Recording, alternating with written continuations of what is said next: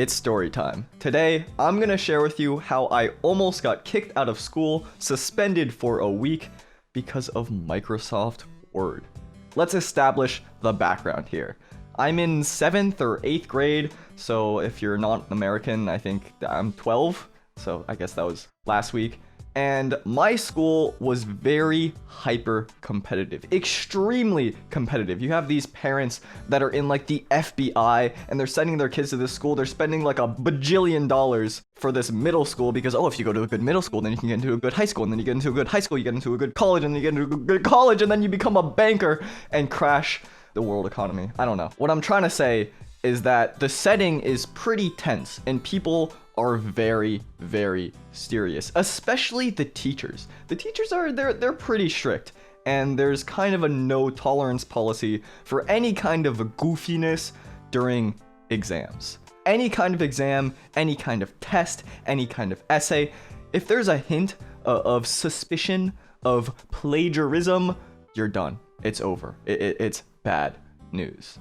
Me, generally not really any one of those offenders. I'm very quiet, extremely shy in class. I've talked in the past before about very high levels of social anxiety and all that. I was kind of secluded, but that kind of helped my quote-unquote reputation with the teachers because they saw me as just one of the quiet kids. I wouldn't really speak unless I was called on, and in group assignments and everything, I would help out my peers. I would be a good classmate, but I wouldn't make much of a presence. And this is going to be very, very important for later on. So, this is the setting I'm in, hyper-competitive environment. I'm kind of in the background, 7th or 8th grade, history class. U.S. history class. We're learning something about the robber barons, the oil barons that are taken over, and in order to test our knowledge in the middle of the year, we have these in-class essays. And these in-class essays, essentially, is just you're writing an essay in the allotted class time. You don't know what it's going to be on, but you know the general topic, and this time it was something about monopolies in the early 1900s. And in order to do this in-class exam, they're like, okay, well, in the workforce, again, this is crazy. This is middle school. They're like, in the workforce, you're going to have to learn how to type properly. So we're going to take all of our in-class exams on Microsoft Word. So they wheel in this cart of like ancient laptops. These things do not function properly. Also, very important for later that these don't really work. They're extremely slow. You open up Word and it's just like a blank screen, and then 6 minutes later you see the logo, and then 12 minutes later you get into the document, and then every time you try and press the T button it takes like 4 seconds.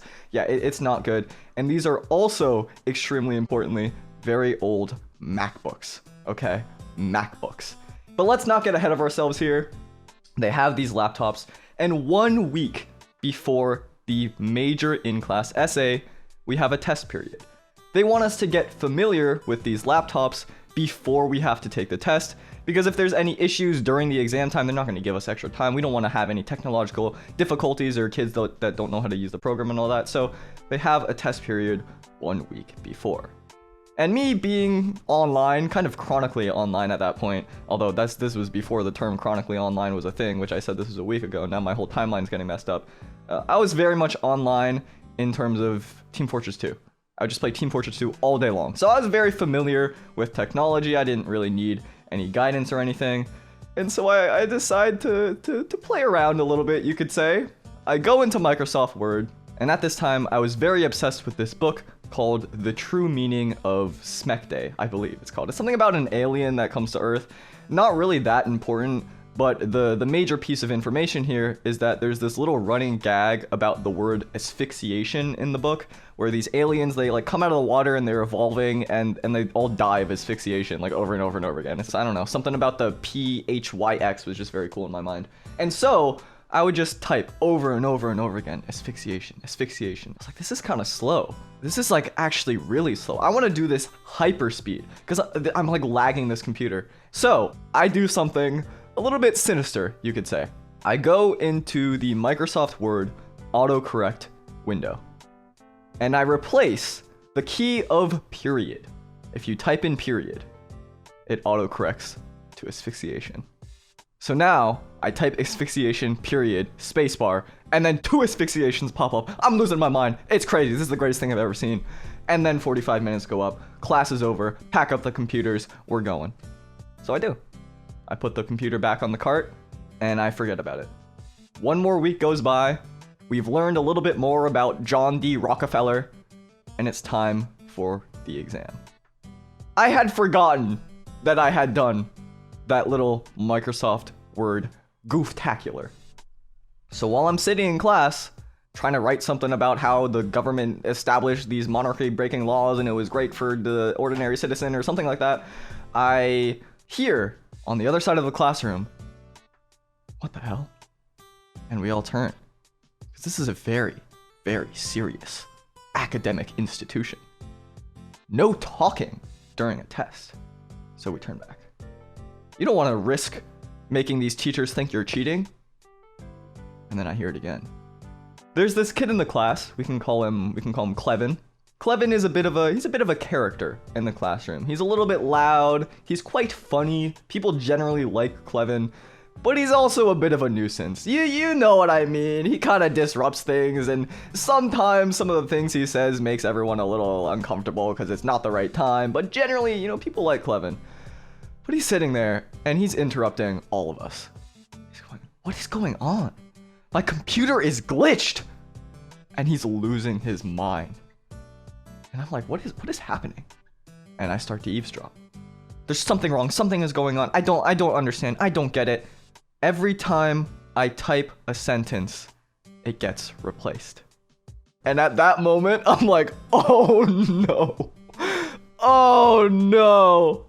What made it worse is that the computer is so old and so delayed that he would type, period. And then he would continue typing. And it wasn't until like 4 seconds later that it would autocorrect to asphyxiation as an entire paragraph was messed up. So he didn't know what the root cause of it was. And so he's sitting there, the teacher's trying to figure it out. Nobody knows what's going on, but all of us in the classroom are distracted. And me, I am saying nothing. I'm kind of trying not to laugh, not at Klevin, it's not a great situation to be in, but at the ridiculousness of what I have created. And so eventually, they put the laptop away. They put it aside, problem solved. And this is when it went from bad to horrific. Because Klevin takes another laptop from the cart. He sits down and breathes a sigh of relief. Everyone thinks this drama is over. They're back in their own little nooks, their own little cubicles of focus. They're typing Andrew Carnegie's establishment of the steel company in 1892 permanently altered the landscape of US economics, and we're back in it. Until the loudest sound known to man, the Mac startup sound, plays, and everyone's distracted again. Klevin is mortified. Everyone's staring at him. He's like, I'm so sorry, guys. I'm so sorry. And this is all my fault. But it gets worse. It gets so much worse. Because as Klevin opens up Microsoft Word and begins his in-class essay, immediately he goes, "What is happening?" Because as it turns out, I wasn't content with just one computer. I had also changed the autocorrect on another one. Except this time, I also changed it so every time you type comma, it autocorrects to pneumono-ultramicroscopic silicovolcanoconiosis, which is the longest word in the English language. So poor Klevin is just trying to pass US history, and his page is just getting littered by asphyxiation and silicovolcano dust, and it is horrible. So he takes out a third, oh my god, he takes out a third laptop.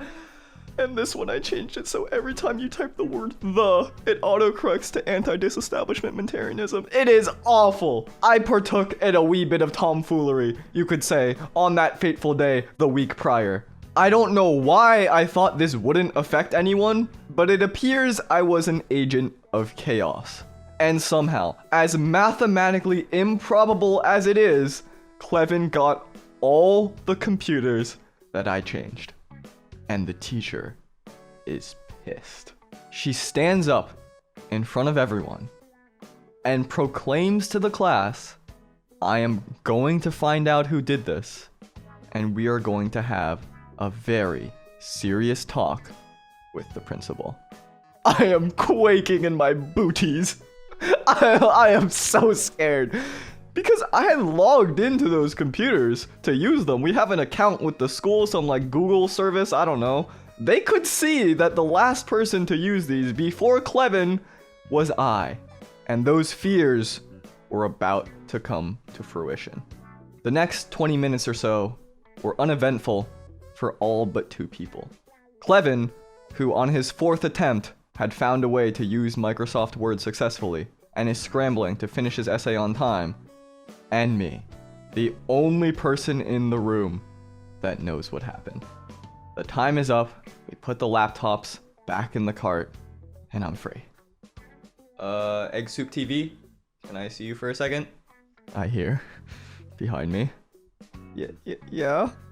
And so I walk up to the teacher's desk. I am so paranoid at this point. I'm ready to confess all my sins. It was an accident. I didn't mean to. I thought it wouldn't save over the accounts. And she tells me, you didn't hand in your essay. I'm like, what? I think you might have forgotten to upload it to the Dropbox. I saw you were writing it as I was scanning the classroom, and a wave of relief washes over me. In all of my anxiousness and nervousness about being found out for my crimes, I packed up my things too quickly, closed the computer, slammed it down, put it in the cart, and I respond in the most guilty way I could. Oh, whoops, I forgot. Is that all? And she goes, yep, that's all. I'll see you tomorrow. And I go, yep, see you tomorrow. Bye-bye. And then tomorrow comes. The whole class gets an email. It has come to our attention that there was an interruption to the US history in-class examination. Please mind that your actions affect not just yourself, but the integrity of the school, blah, blah, blah, blah, blah. The subtext of which says, if we find out who did this, you will be punished severely. It was very evident that my punishment would not be a detention, would not be a lunch period taken away, but at the very least, a full week suspension. But I have good news. Not only was I never caught, but both me and Klevin completely aced that exam. That's right, it was a crime with no victims. Well, okay, there was a victim, but he actually did well anyway, so it's fine because nobody actually really got hurt in the process, although in the moment maybe he got hurt, maybe he was actually really nervous and anxious and it wasn't a good environment to be in. He's exceedingly stressed and his amygdala was firing like crazy and his sympathetic nervous system heating up. But look, everything worked out. So, the moral of the story, if you're ever in a classroom, ever in a testing environment where it's high stress, and everyone feels like it's high stakes, and you have the chance to negatively impact your fellow students using Microsoft Word's autocorrect editing feature, obviously, do not do as I did. Sign into a guest account first.